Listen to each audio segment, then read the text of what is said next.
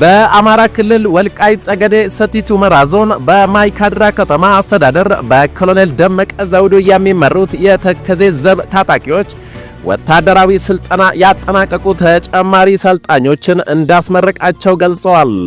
የወልቃይት ጠገዴ ሰቲት ሁመራ ዞን ኮሚኒኬሽን ባወጣው መግለጫ ከዚህ ጋር ተያይዞ የምርቃት ስነ ስርዓቱን የሚያሳይ የፎቶ መግለጫዎችን አቅርበዋል። በአካባቢው የህወሓት ኃይሎች በወልቃይት በኩል ጥቃት ሊከፍቱ ይችላሉ የሚል ስጋት በመኖሩ በትናንትናው ዕለት ደግሞ በጠገዴ ወረዳ የፖሊስና የሰላም አስከባሪ አባላት ለ10 ተከታታይ ቀናት ተጨማሪ ወታደራዊ ስልጠና ወስደው በማጠናቀቅ መመረቃቸውን አስታውቋል። በሌላ መረጃ ኢትዮጵያ የባህር ኃይሏን መልሳ እያደራጀች ባለችበት በአሁኑ ወቅት የኢትዮጵያና የጣሊያን ባህር ኃይሎች በስልጠናና በልምድ ልውውጥ ዙሪያ በጋራ ለመስራት የሚያስችላቸውን ወሳኝ ስምምነት በዛሬው ዕለት ተፈራርመዋል። ስምምነቱ ኢትዮጵያ የቀይ ባህር መዳረሻ ለማግኘት ያላትን ቁርጠኛ ፍላጎት በይፋ እያስታወቀች ባለችበትና በቀጠናው ከፍተኛ ዲፕሎማሲያዊ ውጥረት በነገሰበት ወቅት መፈጸሙ እንደ ትልቅ ጂኦፖለቲካዊ እርምጃ ተወስዷል። ይህንንም ጉዳይ የምንመለከት ይሆናል።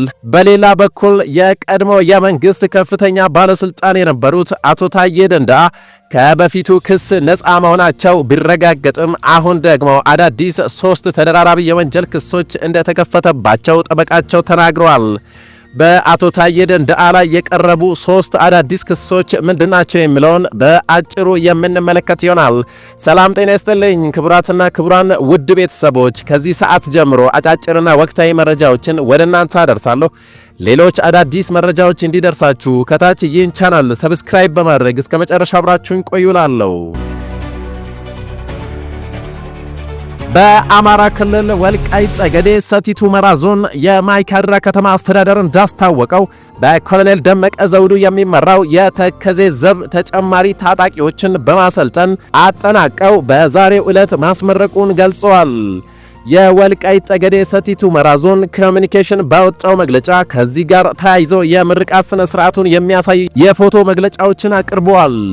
በአካባቢው የህወሓት ኃይሎች በወልቃይት በኩል ጥቃት ሊከፍቱ ይችላሉ የሚል ስጋት በመኖሩ በትናንትና ዕለት ደግሞ በጠገዴ ወረዳ የፖሊስና የሰላም አስከባሪ አባላት ለ10 ተከታታይ ቀናት ተጨማሪ ወታደራዊ ስልጠና ወስደው በማጠናቀቅ መመረቃቸውን አስታውቋል።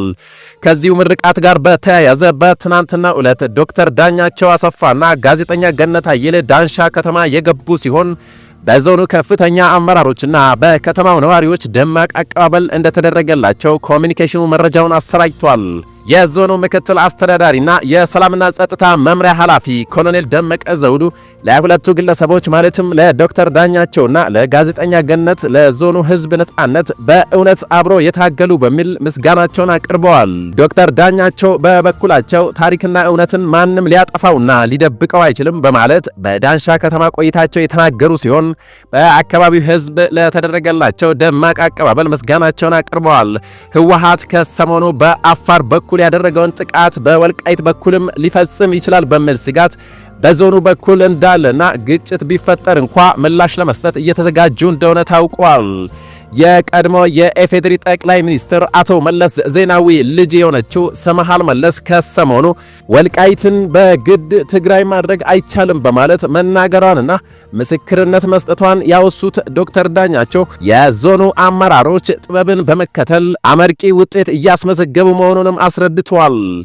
በሌላ በኩል የወልቃይት ጠገዴ ሰቲት ሁመራ ዞን ምክትል አስተዳዳሪና ሰላምና ጸጥታ መምሪያ ኃላፊ ኮሎኔል ደመቀ ዘውዱ የተከዜ ዘብ የተደራጀው በስሜት ሳይሆን በስሌትና በምክንያት ነው ያሉ ሲሆን የተከዜ ዘብ ለማንና ለምን ዓላማ እንደሚታገል ጠንቅቆ የሚያውቅ ኃይል ነው ብለዋል።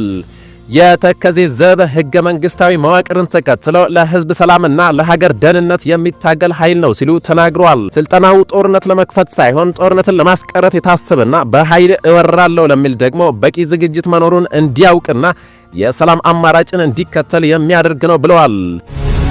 በሌላ መረጃ ኢትዮጵያ የባህር ኃይሏን መልሳ እያደራጀች ባለችበት በአሁኑ ወቅት የኢትዮጵያና የጣሊያን ባህር ኃይሎች በስልጠናና በልምድ ልውውጥ ዙሪያ በጋራ ለመስራት የሚያስችላቸውን ወሳኝ ስምምነት በዛሬው ዕለት ተፈራርመዋል። ስምምነቱ ኢትዮጵያ የቀይ ባህር መዳረሻ ለማግኘት ያላትን ቁርጠኛ ፍላጎት በይፋ እያስታወቀች ባለችበትና በቀጠናው ከፍተኛ ዲፕሎማሲያዊ ውጥረት በረገሰበት ወቅት መፈጸሙ እንደ ትልቅ ጂኦፖለቲካዊ እርምጃ ተወስዷል። የጣሊያን የባህር ኃይል ልዑካን ቡድን በአዲስ አበባ ተገኝተው ከኢትዮጵያ ባህር ኃይል ጋር ውይይት አድርገዋል። የኢትዮጵያ ባህር ኃይል ዋና አዛዥ ቫይስ አድሚራል ክንዱ ገዙ የጣሊያንን ልዑካን ቡድን ያመሰገኑ ሲሆን የጣሊያን ልዑካን ቡድን መሪ በበኩላቸው አገራቸው ኢትዮጵያን አጋሯ ለማድረግ ፍላጎት እንዳላት ገልጸዋል። የጣሊያን ልዑካን ቡድን ጃን ሜዳ የሚገኘውን የባህር ኃይል ጠቅላይ መምሪያና ቢሾፍቱ የሚገኘውን የባህረኞች ማሰልጠኛ ማዕከል ከጎበኘ በኋላ ስምምነቱ በኢትዮጵያ ባህር ኃይል ምክትል አዛዥ ለኦፕሬሽናል ኮሞዶር ጀማል ቱፊሳና በጣሊያን ልዑካን መካከል ተፈርመዋል።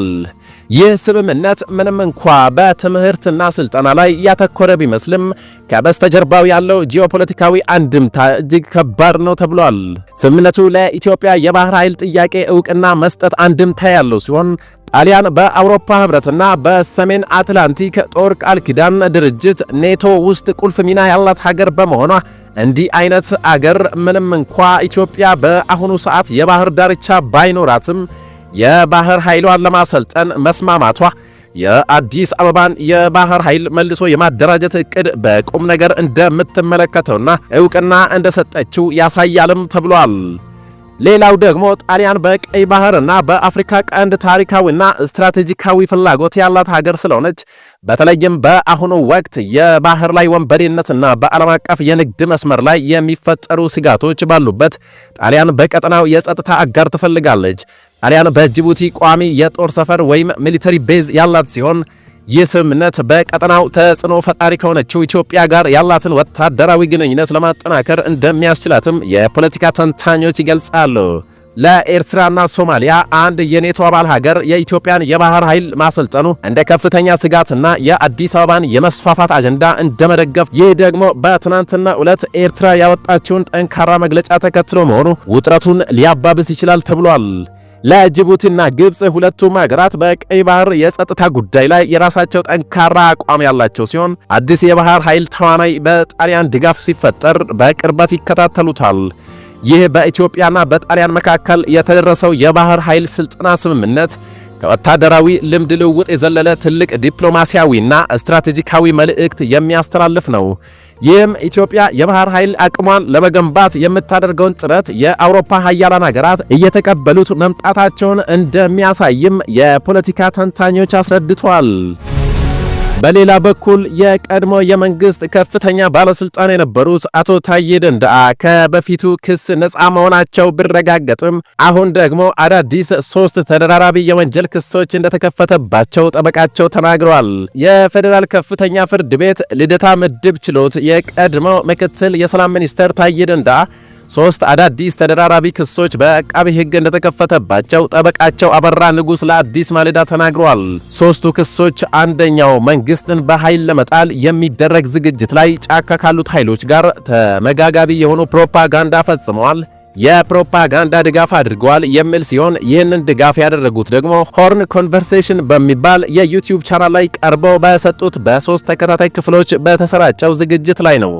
ሁለተኛው ክስ ደግሞ በተመሳሳይ በተጠቀሰው የዩቲዩብ ቻናል ላይ መከላከያ ሰራዊት በተለይም ስለ ሰሜን እዝ ጥቃትና ተያያዥ ጉዳዮች በተመለከተ ጠቅላይ ሚኒስትሩ አሉኝ ብለው የተናገሩት በመከላከያ ላይ የተነዛ ሐሰተኛ መረጃ ነው በሚል ሲሆን ሶስተኛው ክሱም በዚሁ ቻናል በሰጡት አስተያየት ላይ የተመሰረተ ነው። ታዬ ደንደአ ብልጽግና የአንድን ሰው ስልጣን ለማቆየት የተደራጀ ፓርቲ ነው።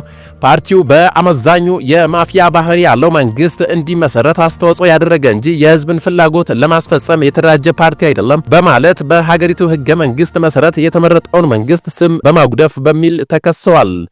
የቀድሞ ምክትል የሰላም ሚኒስትርና የኦሮሚያ ክልል ምክር ቤት አባል ታዬ ደንደአ ባለፈው ህዳር 3 ቀን በአቃቢ ህግ ከቀረቡባቸው 3 ክሶች ፍርድ ቤት በሁለቱ በነጻ ሲያሰናብታቸው በአንዱ ግን ጥፋተኛ ተብሎ ነበር። የፌዴራል ከፍተኛ ፍርድ ቤት ልደታ ምድብ አንደኛ የህገ መንግስትና በህገ መንግስት ላይ የሚፈጸሙ ወንጀሎች ችሎት ከቀረቡለት 3 ክሶች የጦር መሳሪያ ህግን በመተላለፍ በቀረበባቸው ክስ ጥፋተኛ ሆነው እንዳገኛቸው ወስኖ ነበር። ከቀረቡባቸው 3 ክሶች በሁለቱ ነጻ ከተባሉ በኋላ ጥፋተኛ ሆነው በተገኙበት ህገወጥ መሳሪያ ይዞ በመገኘት ክስ የቅጣት ውሳኔን ለመስማት ለዛሬ ቀጠሮ የነበረ ቢሆንም እሱም በተመሳሳይ ለህዳር 23 ቀን 2018 ዓ.ም ቀጠሮ መሰጠቱን ጠበቃቸው ለአዲስ ማለዳ ተናግረዋል። ክቡራትና ክቡራን የዛሬ ሚዲያ ቤተሰቦች የአሁኑ መረጃ ይህን ይመስል ነበር። አጭርና ወቅታዊ መረጃዎች በፍጥነት እንዲደርሳችሁ ይህን ቻናል ከታች ሰብስክራይብ አድርጉ እያልኩ በቀጣይ መረጃ እስክንገናኝ ድረስ በያለንበት የዓለም ዳርቻ በሰላም እንቆይ።